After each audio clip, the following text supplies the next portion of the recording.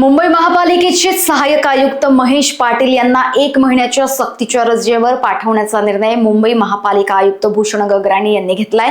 महेश पाटील यांच्यावर एका व्यावसायिकाने आर्थिक गुंतवणुकीसंदर्भात अत्यंत गंभीर असे आरोप केले आहेत। या विषयावर आमदार नाना पटोले यांनी म्हटलंय की सरकार त्यांना वाचवण्याचा प्रयत्न करतंय।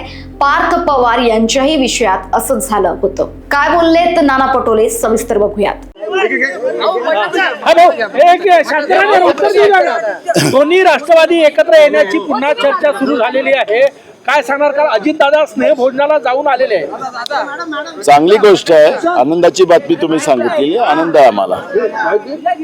पार्थ पवारांचं नाव जे आहे ते म्हणजे त्यांचं नाव टाळलेलं आहे, मुंबई हायकोर्टानं फटकारलंय पोलिसांना। माहिती आहे, आपण पाहिलं की मुंबई महानगरपालिकेतले सहायुक्त महेश पाटील त्यांना 1 महिन्याच्या सक्तीच्या रजेवर पाठवण्यात आलेला आहे। त्यांनी कोरोना काळामध्ये मोठ्या प्रमाणात भ्रष्टाचार केला, त्यांच्यावर आरोप आहेत। त्यांनी अनेक जमिनी त्या कोरोना काळामध्ये विकत घेतल्यात, त्याच्यामध्ये अनेक IAS IPS अनेक नेते त्याच्यामध्ये समाविष्ट आहे। मग त्याला अशा अधिकाऱ्याला तर बंडतर्फ करायला पाहिजे, पण त्याला 1 महिन्याचं मुंबई आयुक्तांनी निलंबित करणं म्हणजे सरकार आयुक्ताला पण त्या पद्धतीने सांगतात की हे लोक आपली आहेत, त्यांना वाचवा। 1 महिन्याचं नाही, त्याला बंडतर्फ करायला पाहिजे होतं त्या महेश पाटलांना, पण 1 महिन्यासाठी त्याला सक्तीच्या रजेवर पाठवण्याचं काम केलं। म्हणजे अनेक घोटाळे जे आहेत जे महाराष्ट्रामध्ये सरकारच्या माध्यमातून चाललेले आहेत त्याचा हा एक प्रत्यय। मग पार्थ पवार असेल की आता मी महेश पाटलाचं मुंबई आयुक्त सहआयुक्ताचा जो मुद्दा मांडला त्या पद्धतीचं चित्र आपण पाहतो। कामकाजाला सुरुवात झाल्यानंतर वरिष्ठ मंत्री किंवा कॅबिनेट मंत्री सभागृहात उपस्थित नाहीत आज।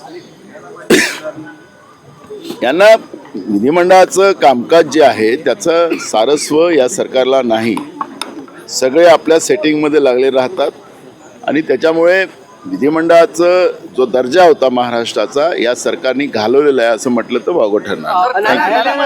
शेतकऱ्यांसाठी सहायता निधी अजित पवार पार्थ पवार त्यांना का वाचवलं जातंय? अजित पवारांचे मुलगा आहे म्हणून वाचवलं जाते का अशा पद्धतीने? बरोबर आहे, ते घटनाच तशी होती। जी अमेडिया कंपनी आहे त्याचे जे प्रमुख आहे त्यांना त्याच्यातून वगळणं याचाच अर्थ हे सर्रास सरकार आपल्या माणसाला घोटाळ्यामध्ये वाचवते हे त्याच्यातून स्पष्ट होते। आणि म्हणून न्यायालयाच्या निदर्शनास आल्यानंतर न्यायालयाने त्या पद्धतीची भूमिका घेतलेली आहे। विरोधक का गप्प आहे सर? विरोधक का गप्प असं प्रश्न आज चर्चा आहे ना। शेतकऱ्यांच्या सहाय्यतेसाठी जो निधी जमा केला होता त्यापैकी फक्त काही लाखच जे आहे तो निधी वितरित करण्यात आला, बाकी जो निधी आहे तो तसाच ठेवण्यात आलेला आहे। त्याच्यातही कोर्टाने यांना फटकारलेला आहे आणि म्हणून हे नुसतं आताच नाही तर 2014 ते 19 मध्ये फडणवीस मुख्यमंत्री होते त्यावेळेस फटकारलेला आहे। त्यामुळे हे खोटारड आहे, शेतकरी विरोधी सरकार महाराष्ट्रामध्ये आहे, देशामध्ये आहे।